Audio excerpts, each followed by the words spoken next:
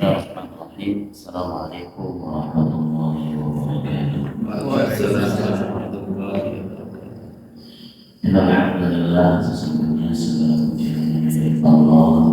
Mahdahu yang kepada kita memuja dan memuji, wa nasta'inuhu, dan hanya kepadanya kita meminta pertolongan, wa nasta'di, dan hanya kepadanya pula kita meminta petunjuk. Man yahdihillahu fala mudilla lahu. Siapa yang diberikan petunjuk oleh Allah, fala mudilla lahu.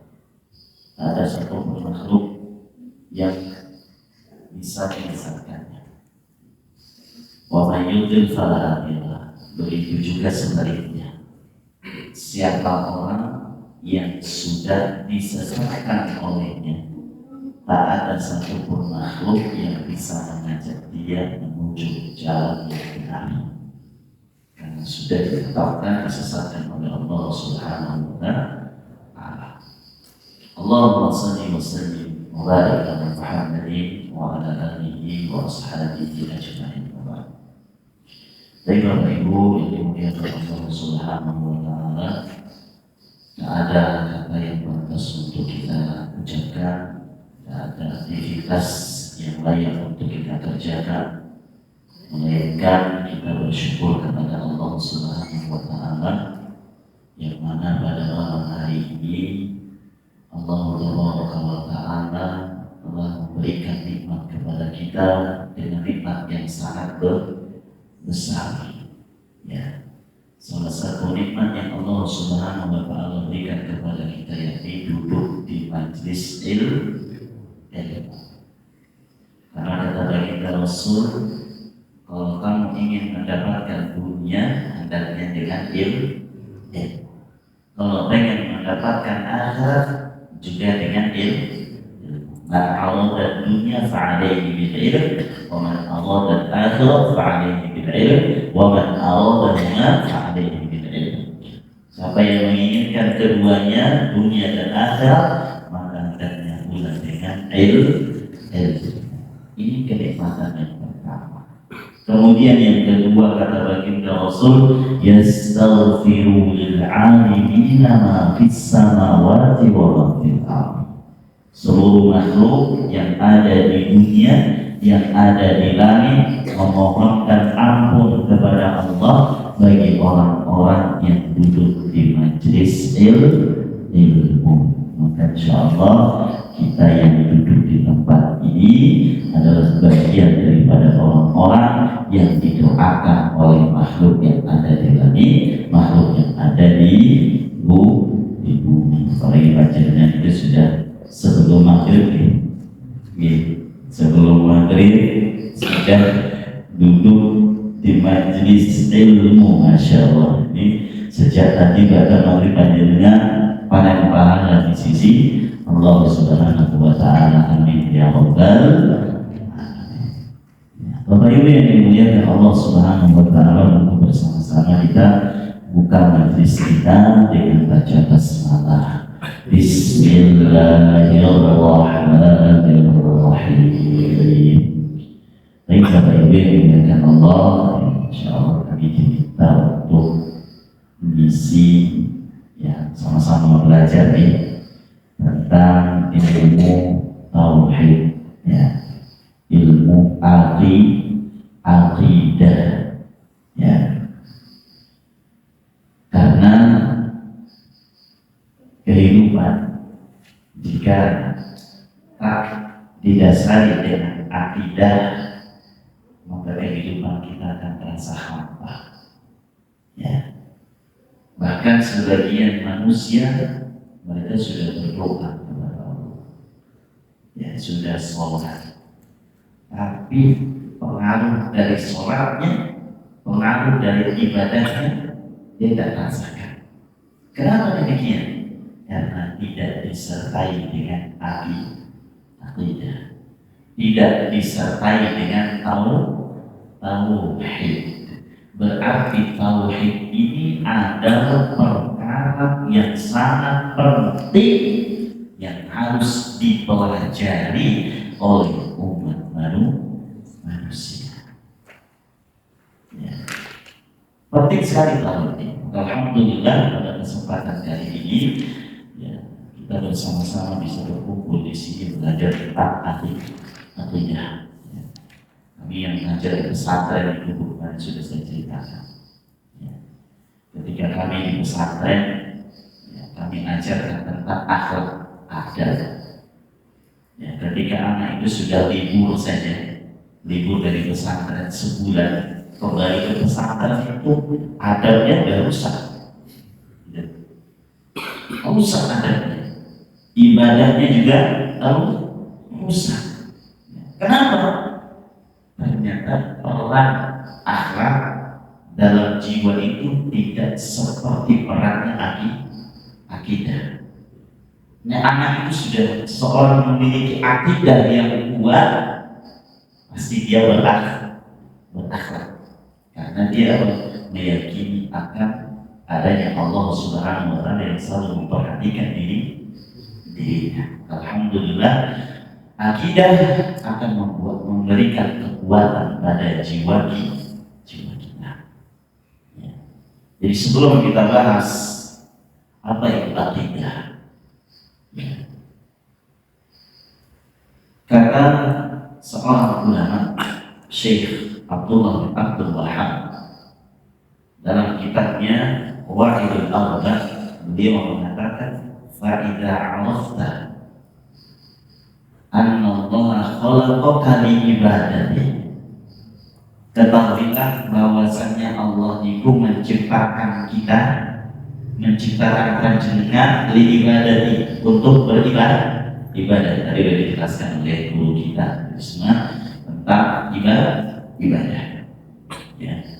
Namun persoalannya, sudahkah kita disebut orang yang ahli ibadah?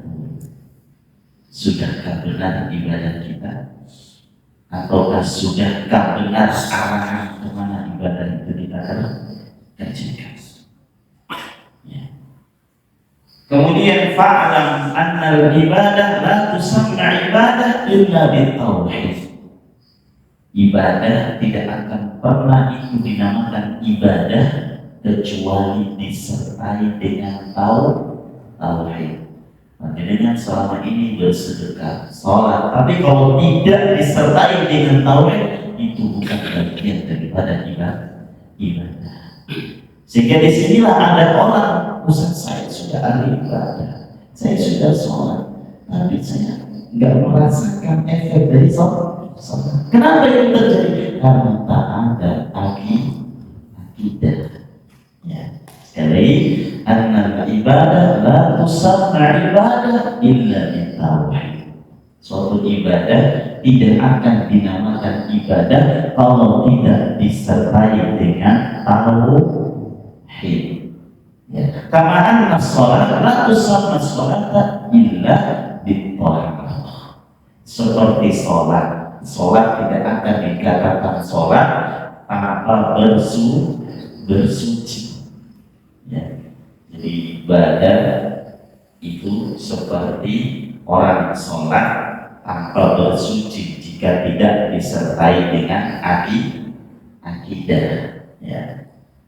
Sama anna sholat tusamma sholata illa lillah. Jadi sholat tidak akan dinamakan sholat kalau tidak disertai dengan bersuci. Ya. Fa'idha dakhala syirki fil ibadah. Ketika syirik masuk terhadap perkara ibadah fasadah, maka ibadah itu akan rusak. Ya, akan rusak. Kal hadatsu idza dakhala fil taharah, seperti hadas najis masuk dalam kesucian, berarti batal gitu ya. Jadi batal. Penting sekali. Ya, jangan sampai sekarang kita sholat, qiyamul lail, sholat malam, ya, sholat sebenarnya juga dikatakan dari Ustaz guru kita dari, ya, ditambah ibadah kita harus ditambah. Kita sudah ahli ibadah, tapi kalau nggak ada dasar saja itu bukan ibadah. Berarti akidah ini sangat penting. Nah, pertanyaan kedua, apa itu akidah? Ya, apa itu tauhid? Ya, ulama mengatakan tauhid ialah ifradullah li khususiyyatihi. Ya. Tauhid itu menjadikan Allah Subhanahu wa taala esa. Ya. Menjadikan Allah Subhanahu wa taala itu tunggal. Ya. Menjadikan Allah Subhanahu wa taala itu satu. Li khususiyyatihi. Dalam perkara-perkara yang dikhususkan oleh Allah Subhanahu wa taala, ya. Jadi menjadikan Allah satu-satunya zat yang maha esa.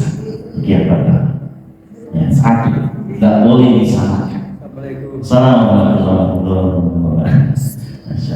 Ya. Dalam perkara apa? Dalam perkara yang dikhususkan beliau, ya. Insyaallah. Jadi mau jadi santai mau ya. Ya kita sambil beda. Insyaallah. Tidak diingatkan ya kalau puasa itu. Insyaallah. Nanti bukan bu. Oh nanti ya. Ya. Jadi menjadikan Allah Subhanahu wa taala esa. Dalam perkara usaha li khususiyyati, dalam perkara-perkara yang dikhususkannya. Apa perkara yang dikhususkannya itu ada tiga. Pertama, ar-rububiyah. Kedua, uluhiyah. Ketiga, asma wa sifatih. Ya. Dan yang akan kita bahas itu yang pertama, tauhid ar-rububiyah. Ya. Itulah perkara yang dikhususkan oleh Allah untuk Allah Subhanahu wa taala. Ya.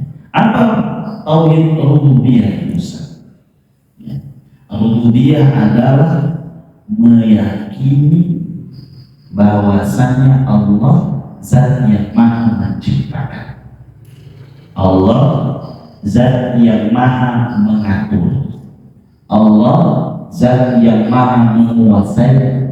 Allah zat yang maha menghidupkan, mematikan. Jadi semuanya itu larinya kepada Allah. Ya, tidak punya rasa takut orang yang memiliki akidah. Jangan terhadap manusia, terhadap dirinya, nyawanya sekalipun dia tidak pernah merasa takut. Mungkin baru ada tapi sudah kelakar. Ya, mereka bunuh diri, alhamdulillah. Kenapa demikian? Karena tak punya akidah yang baik. Ya, pertama itu apa? Rububiyah. Meyakini Allah yang maha mengatur, menguasai, ya, kemudian menghidupkan, mematikan. Allah maha menciptakan. Allah maha pemberi rizki. Jadi itu yang pertama, meyakini bahwasannya Allah Ta'ala zat yang maha mengatur. Kira-kira di dunia ini ada nggak sesuatu berjalan begitu saja tanpa ada yang mengatur? Ada? Nggak ada. Semua pasti ada yang mengatur. Matahari, ya, dari terbit sampai terbenam. Kira-kira jalan sendiri atau ada yang ngatur? Ada yang ngatur. Ya. Siang dan malam juga demikian, ada yang ngatur. Kehidupan manusia juga demikian, diatur oleh Allah Subhanahu wa taala. Hatta malam ini pun Allah ketemu kawin panjenengan atas kehendak Allah yang ngatur. Yang pertama. Kemudian yang kedua, kita Yakin ya? Yakin bahwa semua Allah itu zat yang maha mengatur apapun yang ada di dunia ini atas kehendak pengaturan Allah. Panjenengan sakit sudah diatur oleh Allah. Ya, jadi nggak usah khawatir. Maka kita harus selalu mendekatkan diri kita kepada zat yang maha mengatur. Itu yang pertama. Kemudian yang kedua, meyakini bahwasanya Allah Subhanahu wa Ta'ala zat yang maha menguasai. Jangan kalau saya nanya, yang menguasai pantai selatan itu siapa? Allah akan nyelok tidur. Ya, Allah mau nyelok tidur. Allah yang menguasai nyelok tidur minggir. Gunung Kidul siapa sih menguasai? Bupati. Ya, kalau kata Ustaz Abdul Somad itu gunung yang ada di Gunung Kidulnya. Ya, Allah yang menguasai. Ya, Gunung Merapi. Siapa yang menguasai? Bang Manica. Ya, minggir Bang Manica itu minggir. Allah Subhanahu wa Ta'ala yang menguasai. Kita harus yakin. Itulah akidah. Kemudian yang ketiga, meyakini bahwasanya Allah Subhanahu wa Ta'ala zat yang maha menciptakan. Ya. Jangan yakin bahwa Allah maha menciptakan. Yakin gitu? Yakin. Kira-kira ada manusia yang bisa menciptakan makhluk? Ada. Sini tidak ada yang bisa menciptakan manusia. Tapi satu yang tidak bisa. Nyawa tidak bisa. Tapi dia gerakan dengan robot ya. Jadi ciptakan seperti tangan kita ini, masya Allah. Gerakan seperti apapun, secepat apapun bisa. Ini luasnya ilmunya Allah Subhanahu wa Ta'ala. Dari satu makhluk saja, seperti burung. Kita lihat dari burung, Allah ciptakan cuma satu, tidak merpati. Merpati itu banyak. Ada merpati apa ya? Kipas, ada merpati besar ini, gondok ini banyak. Semua juga begitu. Maka kita yakini bahwasanya Allah Ta'ala zat yang maha menciptakan. Kemudian yang keempat, tauhid rububiyah adalah meyakini bahwasanya Allah Ta'ala zat yang maha menghidupkan, mematikan. Ya. Jadi kita ini pasti akan menghadapi itu semua. Saya yakin Allah hidupkan, mematikan. Dan manusia pengen hidup terus pasti akan meninggal. Serta yang terakhir, meyakini bahwasannya Allah Ta'ala zat yang maha memberi rizki. Ya. Mulai itu simpel. Selama Allah Subhanahu wa Ta'ala masih memberikan takaran rezeki untuk kita tidak akan pernah meninggal. Ya, orang yang meninggal itu sudah pasti takaran rezekinya pun tawas, udah habis. Ya. Makanya orang yang memiliki tauhid rububiyah dia tidak akan pernah khawatir dengan kehidupan ini. Ya, semua makan apa dia tidak pernah khawatir, karena dia yakin selama dia masih bisa menghembuskan nafas, di balik itu masih ada takaran rezeki dari Allah. Tidak usah khawatir. Ala inna awliya Allah la khaufun alaihim wa la hum yahzanun. Wali-wali Allah itu mereka tidak pernah takut, la khauf, dan pernah takut terhadap kehidupan yang akan datang. Walau dan mereka tidak bersedih hati Siapa walinya Allah itu? Alladzina amanu wa kanu yattaqun. Orang-orang yang beriman dan yang bertakwa. Itulah wali-walinya Allah Subhanahu wa taala. Jadi yang terakhir itu meyakini bahwasanya Allah zat yang maha memberi rizki. Dalilnya mana Ustaz? Dalilnya di surah Hud ayat 6. Wa ma min dabbatin fil ardi illa 'alallahi rizquha. Dan tidak ada satupun binatang makhluk yang melata di dunia ini melainkan Allah Subhanahu wa taala telah memberikan rizki kepadanya. Sekali lagi, tahu ya, selama kita masih punya takaran rezeki, kita masih ada terapi hidup ya. Jadi tidak usah khawatir dengan kehidupan kita yang akan datang. Kalau yang sudah habis, Allah pasti akan cabut nyawa kita ya. Itulah tauhid ar-rububiyah. Dan tauhid rububiyah ini Bapak Ibu yang dimuliakan Allah adalah tauhid yang sudah menjadi fitrah manusia.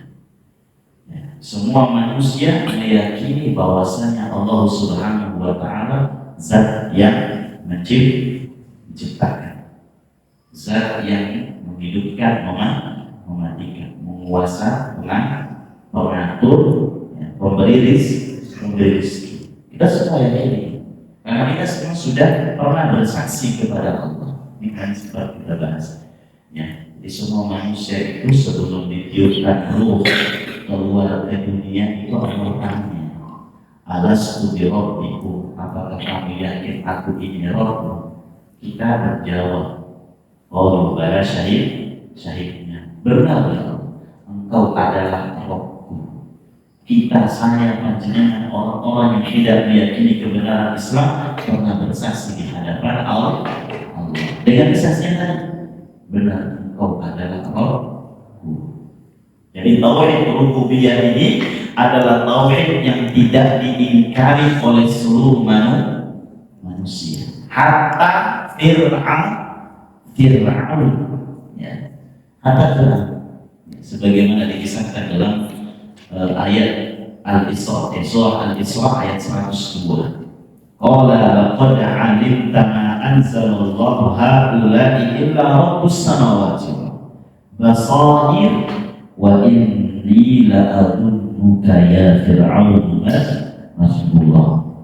Jadi Fir'aun itu meyakini bahwasanya Allah Subhanahu wa taala yang menurunkan mukjizat ya, kecuali orang mereka. Kemudian kenapa dia mau bangkit? Karena kesombongan. Secara diam-diam mereka meyakini. Jadi kita pun juga diam-diam. Yang saya tanya tadi, kita yakin Allah sang pencipta, kita semua yakin. Adakah yang bisa menciptakan dunia seperti ini? Tidak ada kecuali Allah. Jadi tauhid rububiyah adalah tauhid yang sudah menjadi fitrah manusia. Kita yakin semua. Matahari yang terjadinya siang dan malam itu semua Allah Subhanahu wa taala yang mengatur. Allah Subhanahu wa taala yang berkehendak, termasuk dalam kehidupan kita ini. Ya, kita ketemu dengan siapa, kita punya masalah apa, ujian apa yang kita hadapi, itu sudah jadi ketetapan Allah. Kenapa kita harus memiliki tauhid rububiyah, Ustaz? Agar kita mendapatkan takdir yang baik. Allah katakan dalam Al-Quran, ma asabaka min hasanatin fa min Allah. Jika kamu ditimpa perkara-perkara yang baik, maka itu dari Allah. Jadi kita merasakan nikmat, ya, sehat, ya, punya rezeki. Apa yang menimpa kita dan menimpa kita itu perkara yang baik, semata-mata itu dari Allah. Wa ma asabaka min sayyi'atin fa min nafsik. Ya, jika yang menimpamu itu perkara-perkara yang buruk, perkara-perkara yang tidak mengenakan, fa min nafsik, maka itu dari ulahmu sendiri, dari ulah kita sendiri. Maka orang yang mengenal Allah, dia selalu merendahkan dirinya kepada Allah Subhanahu wa Ta'ala, dia tidak akan pernah jauh dari ketetapan Allah Subhanahu wa Ta'ala. Dia bukan aja dulu. Masya Allah. Jadi dilihatnya deh Pak Cuy ya. Kemudian itu tauhid rububiyah. Dalilnya apa Ustaz? Dalilnya pada nanti bisa dilihat di surah Al-Imran. Surah Al-Imran ayat 26-27. Ini dalil tentang rububiyahnya Allah.